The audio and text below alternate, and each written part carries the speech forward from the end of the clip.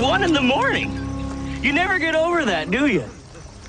Still, damn sight better than the winter. What do you think, mister? What do you think's worse? Endless day or never-ending night? It would depend on your state of mind, I suppose. In the day, the light can consume your thoughts. In the night, thoughts can consume you.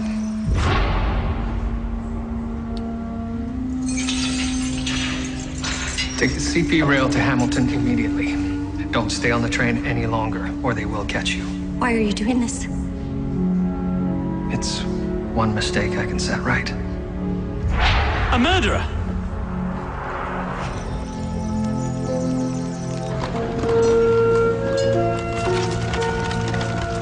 And exactly how long does your Detective Μέρντοχ intend to continue his leave of absence?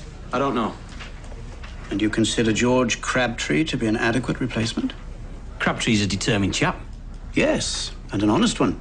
It's quite a rarity for this station. Detective Μέρντοχ was cleared of any wrongdoing, Chief Constable. Oh, yes, of course. A faulty lock enabled the escape of both Detective Μέρντοχ and Constance Gardner. That's my report, and I'll stand by it. Yes, well, still, nevertheless, the two of them did make the choice to walk away from confinement. Detective Μέρντοχ did so to apprehend the murderess. Whom he then proceeded to let go free. That is merely speculation, sir.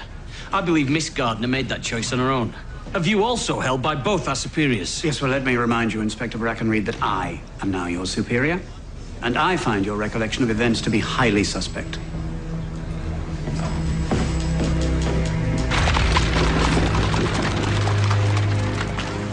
Who found the body?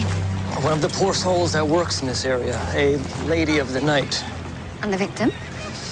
No trace of identification, but quite well dressed for this area, I would say. Likely not a habituate. Unless he'd stolen another man's clothes. Well, on first impression, the cause of death seems plain enough. Yes, that it does. Thank you. I'm Dr. Emily Grace. I'm with the coroner's office. Dr. Grace? Dr. Ogden. We could have met at my office. There was no need. I know, and I apologize. But a fresh corpse in a crime scene, what more could one ask for? No corpse at all, I suppose. Of course, sir. But it appears we have little choice in that. Nor does he. Ma'am, you can't disrupt the integrity of the scene. George, this is Dr. Emily Grace. She's a new employee of the coroner's office working under my direction. Ah. Pleasure to make your acquaintance, Mr. Krábtri. Detective George Krábtri. Well, acting detective, I should say. So, let's get to work. Detective?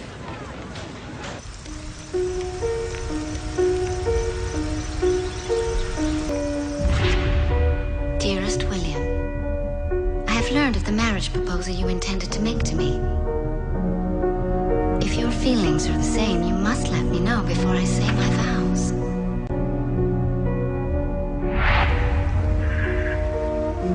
Sir, Julia's wedding. Did she seem happy? Of course she did. It was a bloody wedding day. Now get out, and I'll try and put this right.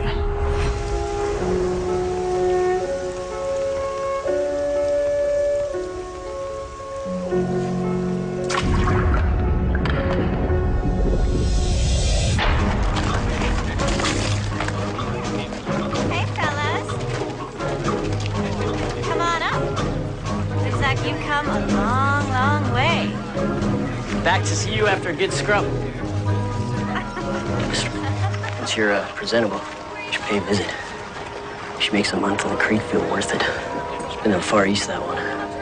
She knows things.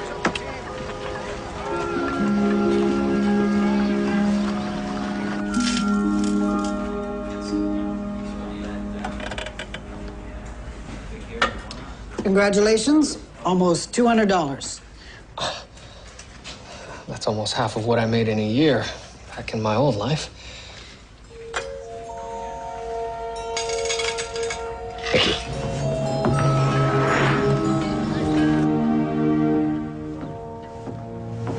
Morning.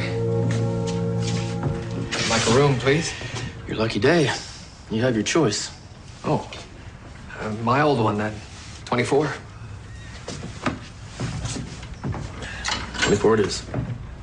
I wonder if I could have a word with Mrs. Bryant. Well, you certainly can. I'll find her upstairs. Hardly. She's at Fort Herkimer. The Mounties have charged her with murder. What? bashed Kate Linfield's head in with a pickaxe. They found Miss Bryant ranting and raving, covered in blood. I'll be taking breakfast as well. The bullet entered the right ventricle, perforated the aorta, and then lodged in the man's spine. I imagine death was instantaneous. From which direction do you think his assailant approached? Don't we concentrate on the cause of death and not the circumstance? From which direction? Given the bullet's path, the person who shot this man approached him from the right side. And do you notice anything else unusual? The man's hands. They're soft, uncalloused. No dirt under the fingernails. He's also clean-shaven.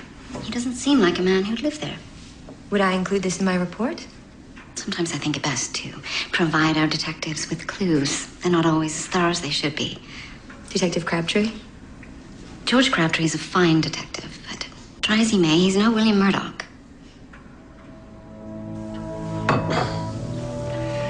I'm still something of a novice in the practice of culinary arts. It's quite all right. I left some of my belongings behind. I wonder if I could have them sent up to my room. Do you know where they are? Left them with Mrs. Bryant. Then you'll need to ask her. I can't keep track of everything. You know, running this establishment on my own, it's a full-time operation.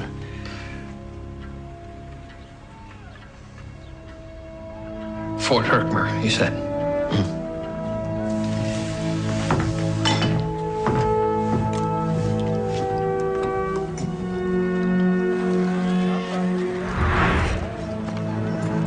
You're our first visitor.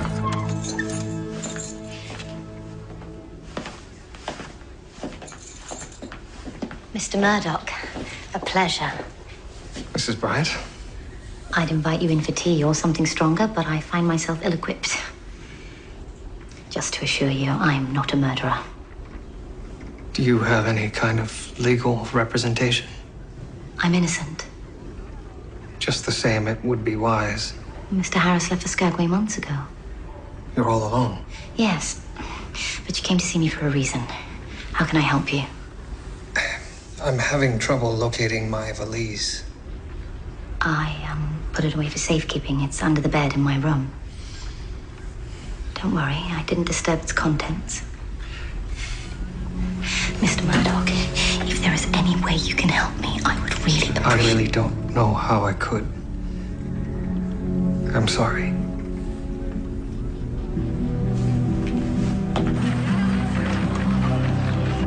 Seems strange. What drove Miss Bryant to such ends? What drove her was Kate Linfield. The two hated each other with a fury that only women can possess.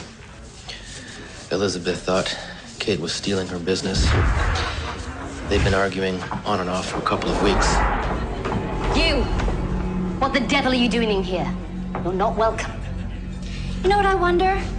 Why would a respected gentleman lay his head here? I suspect he's getting special favors. There's not much beneath you, is there? Stay away from me.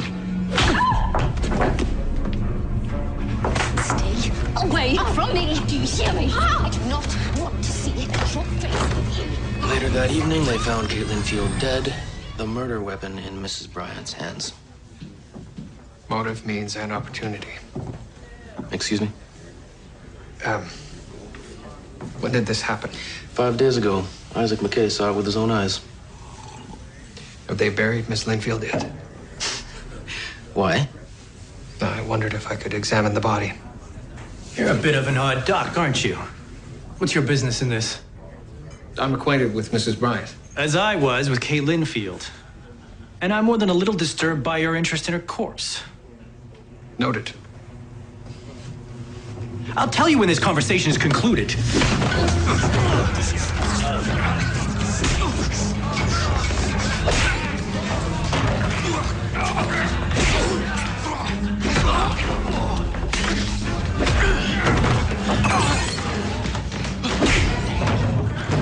Just making it a fair fight. Enough! Stand down, all of you. The stranger swung first, Sam. Mr. Murdoch, you've had a change of heart. Get in there, Jack. I see.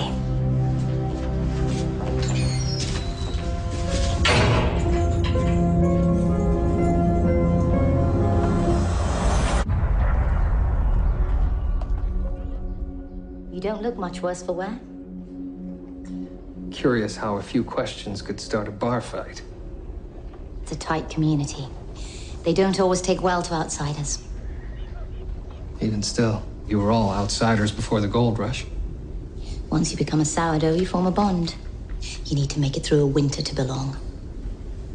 You're an educated man, aren't you? I'm a keen observer of human behavior. And the manner and type of questions you were asking in the bar suggests some form of training, perhaps a policeman or a lawyer. Am I right? I worked for the police force as a detective.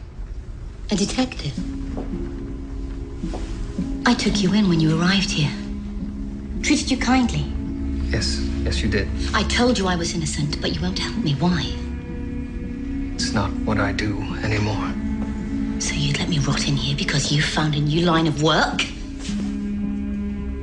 You two promised to behave yourselves. Within reason? You're free to go then. You're right. You're not a policeman. You're nothing!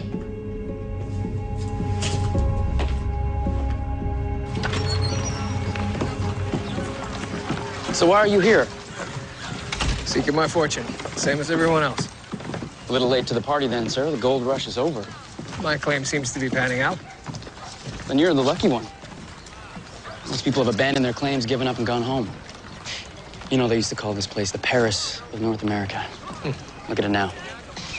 Nothing but ghosts and desperate men. Well, I am neither. Oh, good for you.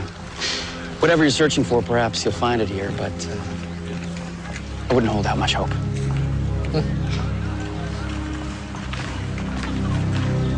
Sir, the single-shot Eclipse pistol is a very effective weapon at close range. Unfortunately, it's also very common, so we're having some trouble tracing the ownership. I am confident, though, sir, that if I follow the trail of evidence, then we will indeed find the assailant. What was the name of the poor bugger that was killed? Well, actually, I have Higgins looking into that right now. Oh, do you now? Well, not right now, sir. He said he had something else to attend to first. Are you taking your orders from Higgins now? No. You are in charge of this investigation, aren't you? Yes, sir. Well, then take the lead. Get Higgins off his arse and get him to do something. Right away, sir.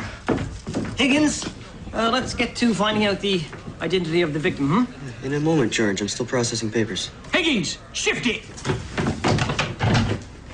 See how easy that was, Detective Crabtree?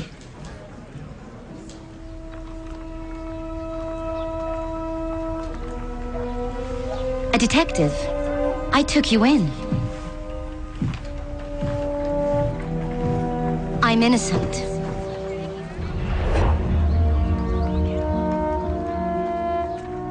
You're right. You're not a policeman. You're nothing!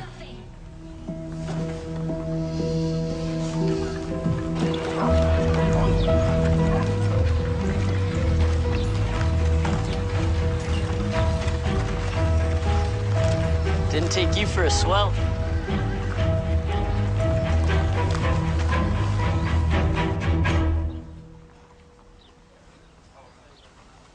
I trust this is enough to ensure Mrs. Bryant's release.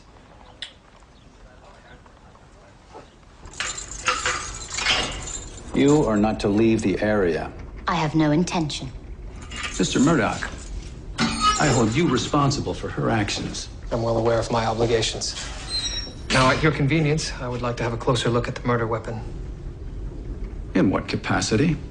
I'll be representing Mrs. Bryant. Well, I'll consider your request. I'm aware of the Northwest Mounted Police fine reputation. I imagine you wouldn't want to put an innocent woman at the end of a noose. Tell me, what was your association with the deceased? Mr. Murdoch, can I ask you a question? Do you believe I murdered Kate? Please just tell me what happened. I need to know. When you look at me, do you see a killer? I've seen my share. and their appearance seldom betrays their deeds. What were the circumstances of your arrest? She stole something of mine. My husband's pocket watch. He died on the Chilcoot Pass, never made it here.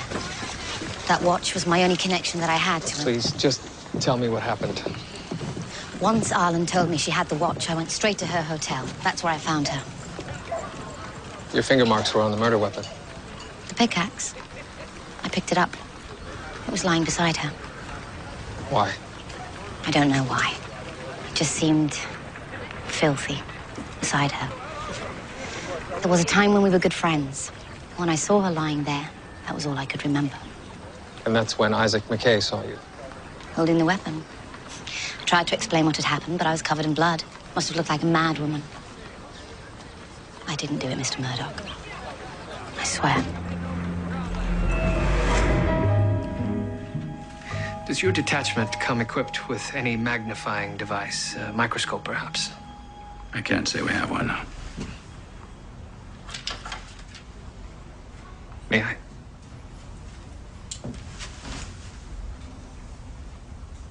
You were a lawman once.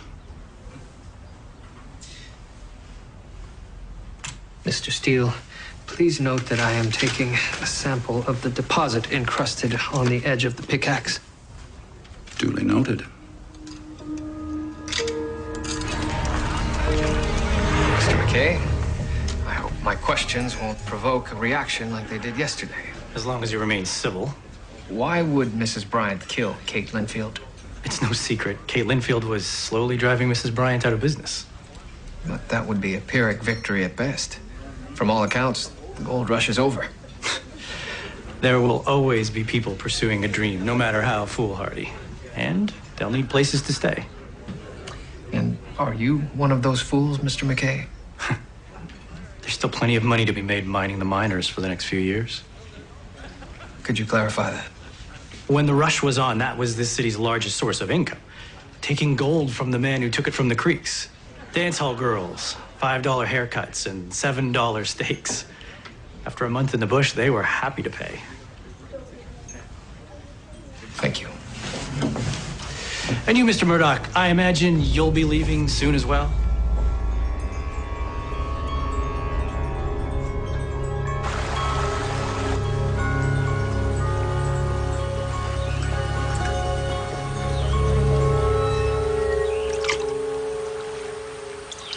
And what's that you're doing? Looking for suspects. Ah, among inanimate objects. Should I be considering you one, then?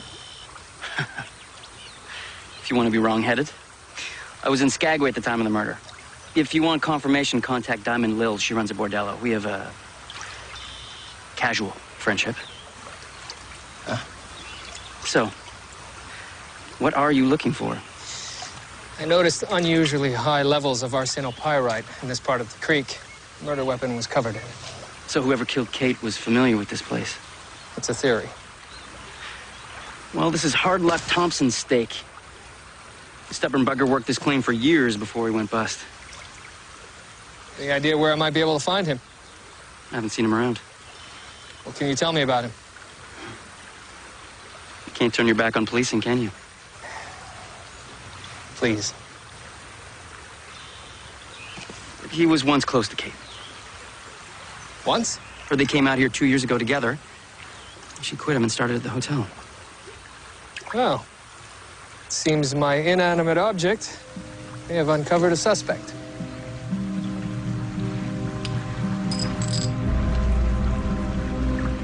Did you ever see Miss Linfield in the company of a Hard Luck Thompson?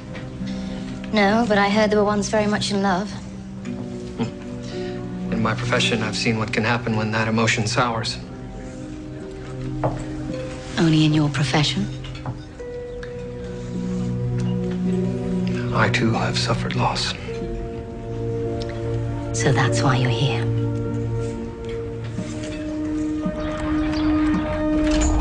George? Higgins. I've discovered the identity of the dead man. His name was January Billings. January? He was reported missing from his place of work. A coworker identified the body. Has the wife been notified? She's here now, actually. What? No, Higgins, not right. Mrs. Billings. The constable said that you wanted to see me? Yes, please. Have a seat.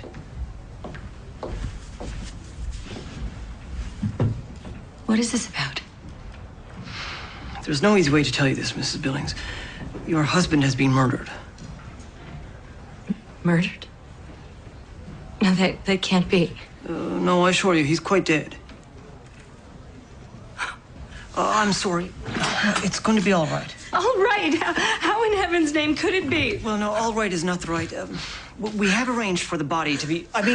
your husband, late husband. I have to go. Mrs. Billings, if there's anything I can do...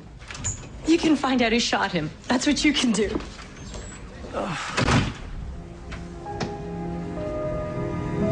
Shot him? Thank you for showing me around. Everyone in town is convinced Elizabeth Bryant did it. I take it you're not. Circumstance and speculation will never trump fact. So what are we looking for out here? Hard Luck Thompson. It's strange if those two were once together that he's taken no interest in her murder. Well, perhaps he didn't care. Perhaps he's off to another creek, hoping his luck will finally change. Possibly. Thompson? Mr. Thompson? Hello? Hello? Quiet, quiet. Ravens. Nothing but scavengers. Something around here is dead. Something. Or someone.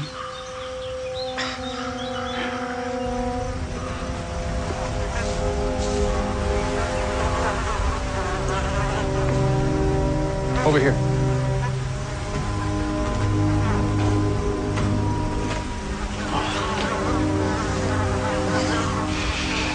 Is this Mr. Thompson, then? A little worse for wear, but him indeed. Well, then, at least we know it wasn't him that killed Miss Linfield. How's that? Miss Linfield was killed a week ago. Judging by his condition, Mr. Thompson has been dead for over 2.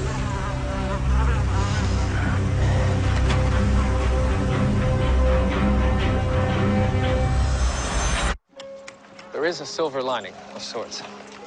It's possible that the same person killed Kate Linfield and Hard Luck Thompson. Well, why do you say that?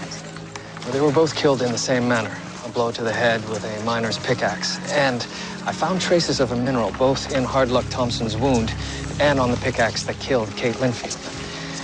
Do you know of anyone that may have held a grudge against the two of them? None, I'm afraid. Why have you stayed? We both know the gold rush is over. This place, my hotel, it's all I have. I fought hard for it. I do not intend to give it up. But if there are no customers... There'll always be some. Enough to get by. You're still a young woman. I buried my husband here. And while I don't fancy joining him, I'm not ready to leave yet.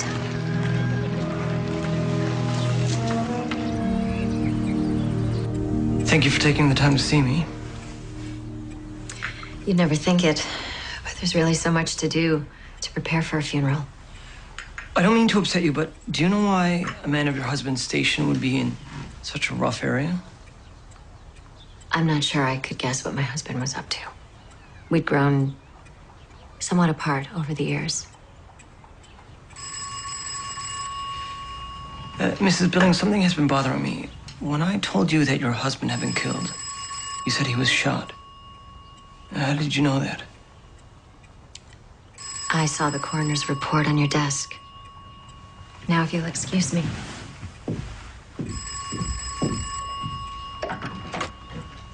Yes. I thought it was over and done with. No, I'll be there. Yes.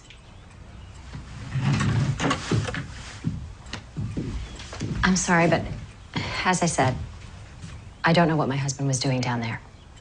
Well, thanks for your time. And Detective Krábtri, I'll have you know, I resent your veiled accusations.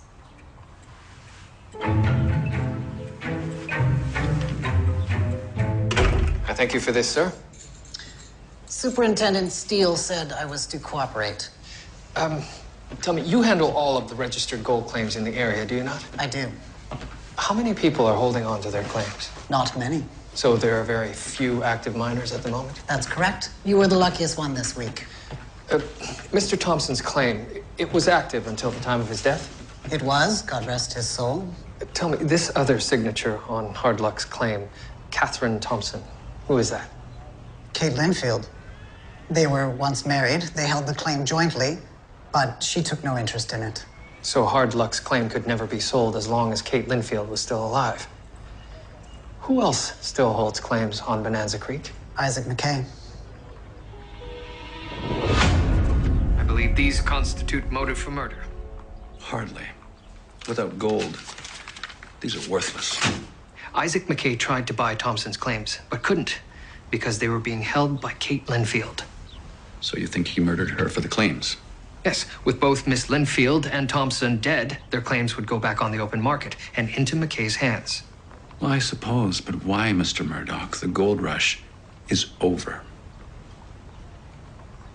Mrs. Billings received a telephone call about 5:15 this afternoon. Higgins, I need you to find that number from the Toronto Telephone Exchange. That way we can reference the number against the reverse directory, and we can ascertain where the call came from. Higgins! Phone exchange, now. I heard McKay tried to buy out Thompson's claim at the mouth of the creek, but Hard Luck refused. Most of these streams are panned out. Why would McKay want it? Hope. For some, being here is better than the alternative. Sound familiar? I'm just trying to make my own fortune, Jack. There's no sin in that. So answer me. How did a detective like yourself end up mining for scraps in the Klondike? I'll never tell a soul.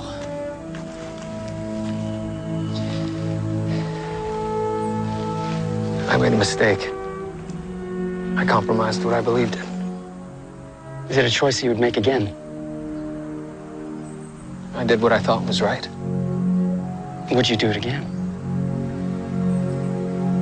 It cost me. It's our mistakes that define us.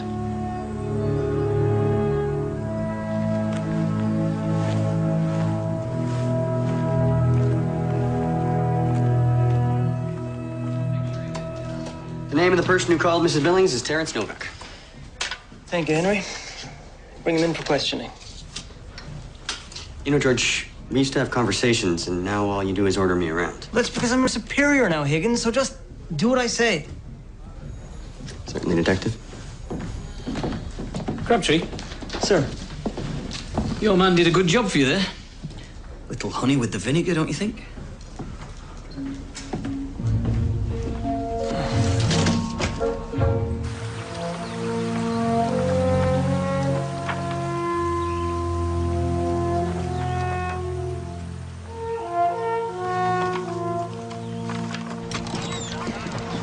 I've learned from the postmaster that Mr. McKay has had a long correspondence with a California mining concern. Ah, California. That's where I'm from. Fascinating. The California mining concern is a Santa Ana dredging company. Is it becoming clear to you now? Well, it's certainly not to me. McKay's a sly one. Would you mind telling me what you're talking about?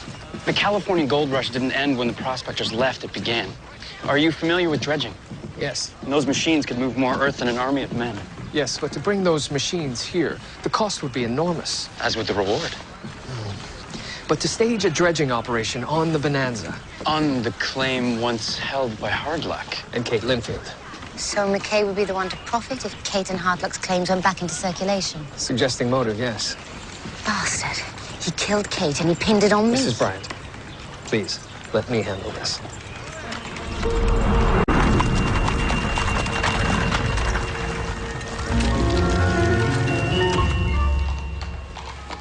Dr. Ogden, do you have plans for the evening? If you're free, I would be delighted if you would join me. There's a group of women who meet at a private club on Church Street. Oh, I have to accompany my husband to a dinner this evening. I see. Well, I hope you can come sometime. You are something of an inspiration to us. Well, thank you.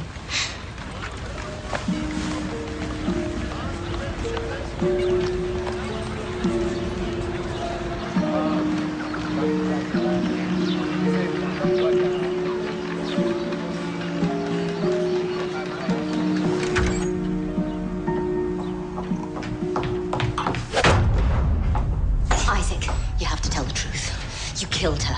You're the one with blood on your hands, not me. Is it because she wouldn't sell to you? You're talking madness, woman. You murdered the two of them. Elizabeth, I told you to let me handle this. Mr. McKay, get out of here. I saw what I saw, Go. sir. I didn't do it. I'm innocent! Then trust the law. Not this. Her name is Constance. She took the law into her own hands. And I let her go free. Well, not truly free. She'll be on the run the rest of her life. It's better than death. Perhaps, but what I did was wrong. If you are innocent, then you must let the law make that determination, not me. That's easy for you to say, Mr. Murdoch. Your neck's not destined for the noose. Mrs. Bryant? I've asked Superintendent Steele to return you to custody. You bastard. It's in your best interest, Mrs. Bryant. If you are innocent of this crime, you will not hang. You have my word.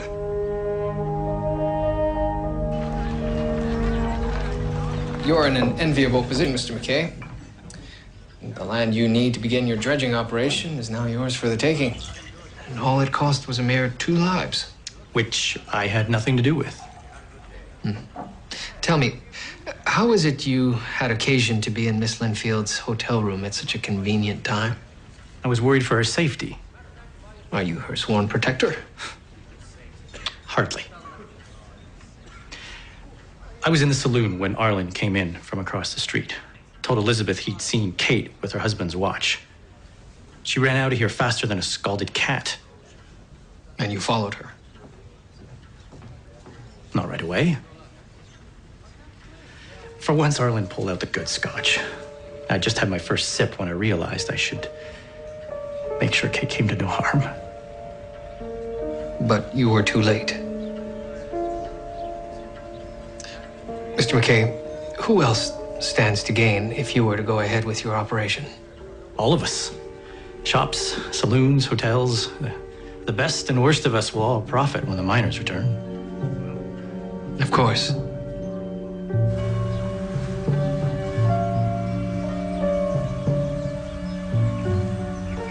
Mrs. Billings.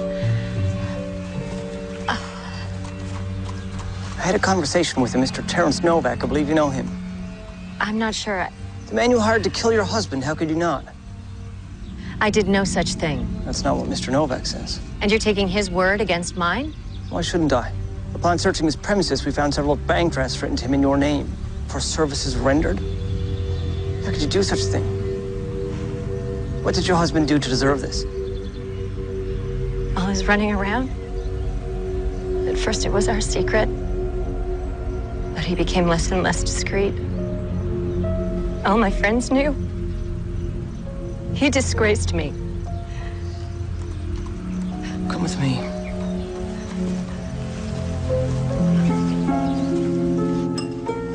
Any luck regarding Mrs. Bryant? None, I'm afraid. May I take a glass of cold water, please? I imagine you came out here to prospect as well, eh, Mr. Pike? That I did, but I can't say I had much luck. You seem to be doing all right now. I'm not sure I understand. I was noticing your bar. All the nicks and grooves. I imagine you collect your fair share of stray gold dust. Oh, I resent the implication. Oh, it's just another way to mine the miners, I suppose. When this town was booming, this hotel must have done quite well. Busy every night. No doubt you're aware of Mr. McKay's plans. An operation like that would bring in hundreds of men, all looking for a place to stay, blow off some steam. All of it held in abeyance by Hard Luck Thompson and Kate Linfield's refusal to sell a useless piece of land. Of course, they're both dead now. Mr. Pike, do you have the time? All of this daylight, it's impossible to tell. It's 11:30 in the evening. Oh, that is a handsome watch. May I see it?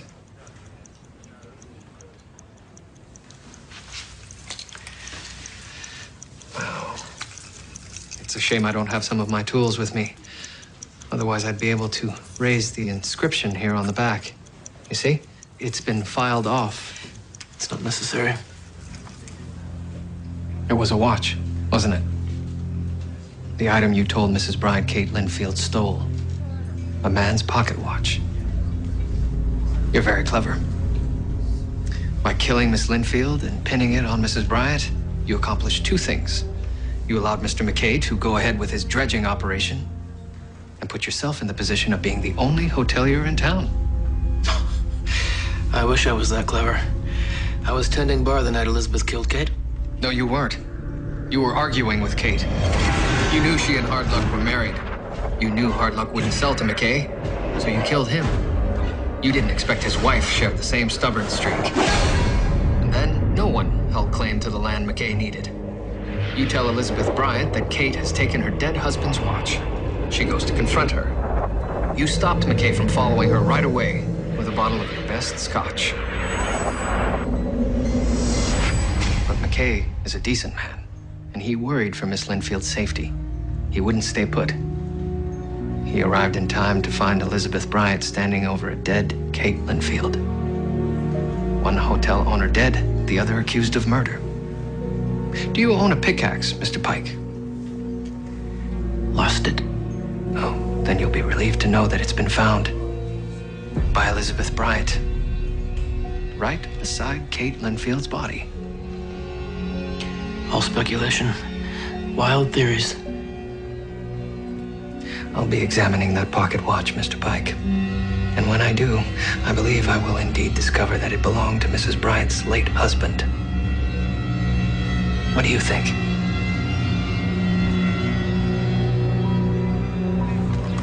Good thing you ended up here. I owe you my freedom. But you're leaving, aren't you? I have business to tend to. Does it involve her, the woman who hurt you? That part of my life is over. You'll find another. Is that what you believe? One chance at love. So when my husband died, it was all over for me. Please don't tell me that's true. You'll find someone. Not sure I want to. But if you were compelled to stay around,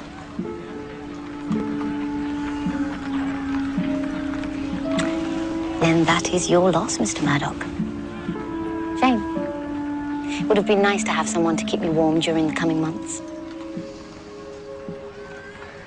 I don't think I could take the winter. Softy, are you? I'll have you know I've 2 under my belt already.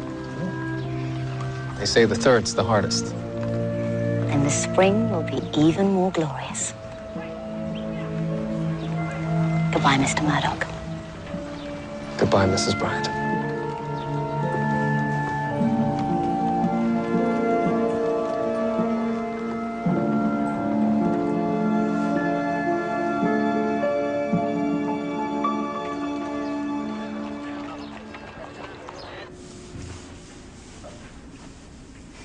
How could a woman hire somebody to kill her husband? There are many hidden things in a marriage, especially a dishonest one. A dishonest one? Obviously, he had desires his wife could not meet, and she was foolish enough to settle. The result is inevitable, the result of a passionless marriage. You don't agree? Passion need not be the bedrock of marriage. There can be love and mutual respect without schoolgirl sentiment. Well, good evening. Good evening. Doctor. So what do you think, Detective Crabbtree? You have a keen mind. Is Dr. Ogden talking about Mrs. Billings' marriage?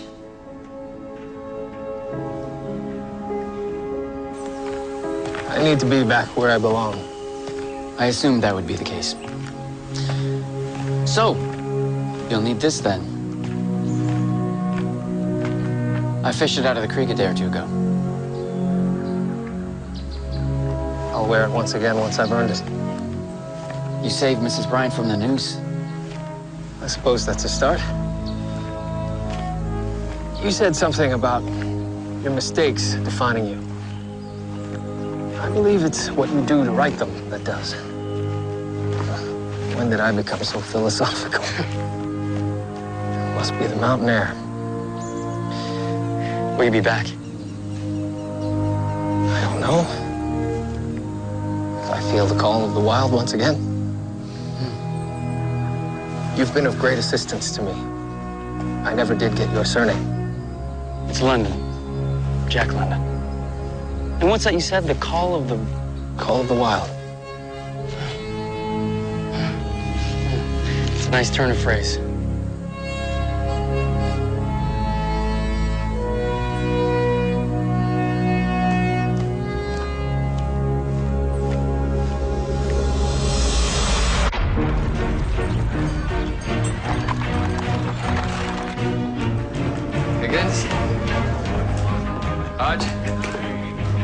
See you. Oh man, how is everyone? Worsley? Winton?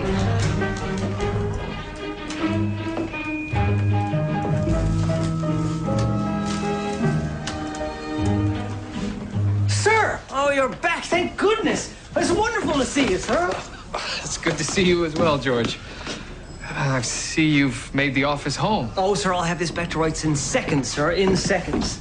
My goodness, sir, while you were away, we had the strangest case. The death of a man whose name was January. Certainly the first person I've ever heard with that name. I had a bit of a mishap here with your typewriter. Some of the keys became stuck and it drew some blood, but...